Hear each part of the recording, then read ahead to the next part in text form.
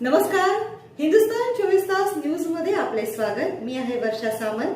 पाहूया आजच्या महत्त्वाच्या घडामोडी। नागरिकांच्या कराचे लाखो रुपये धुळीस। पनवेल मनपाच्या दुर्लक्षपणामुळे रोहिदास वाड्यातील व्यायाम साहित्य 2 वर्षांपासून धूळ खात।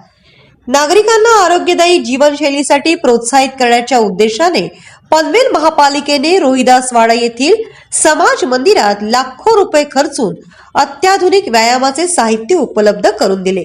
मात्र दुर्दैवी बाब म्हणजे पालिका प्रशासनाच्या अक्षम्य दुर्लक्षामुळे हे लाखो रुपयांचे सामान गेली 2 वर्षे धूळ खात पडून आहे। यामुळे नागरिकांच्या कराचे पैसे वाया जात असून साहित्याचे नुकसान होण्याची भीती स्थानिक नागरिक व्यक्त करीत आहेत।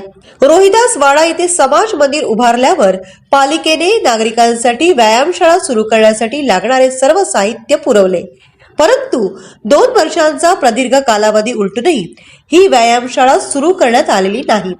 स्थानिक नागरिकांनी पालिका आयुक्त मंगेश चितळे, उपायुक्त डॉक्टर वैभव विधाते, उपायुक्त अभिषेक पराडकर यांच्याकडे वारंवार याबाबत मागणी केली, तरीही पालिका अधिकारी यांना या व्यायामशाळेचे उद्घाटन करण्यासाठी मुहूर्त सापडला नाही। व्यायामाचे साहित्य वापराविना पडून राहिल्यामुळे ते खराब होण्याची शक्यता आहे। जर या साहित्याचा उपयोग करायचा नव्हता तर ते मागवले कशासाठी? यात कोणाचा काही आर्थिक फायदा होत आहे का, असा संतप्त सवाल स्थानिक नागरिक विचारत आहेत। नागरिकांच्या मूलभूत सुविधांसाठी खर्च केलेले पैसे प्रशासनाच्या दिरंगाईमुळे असे वाया जात असल्याबद्दल तीव्र नाराजी व्यक्त होत आहे।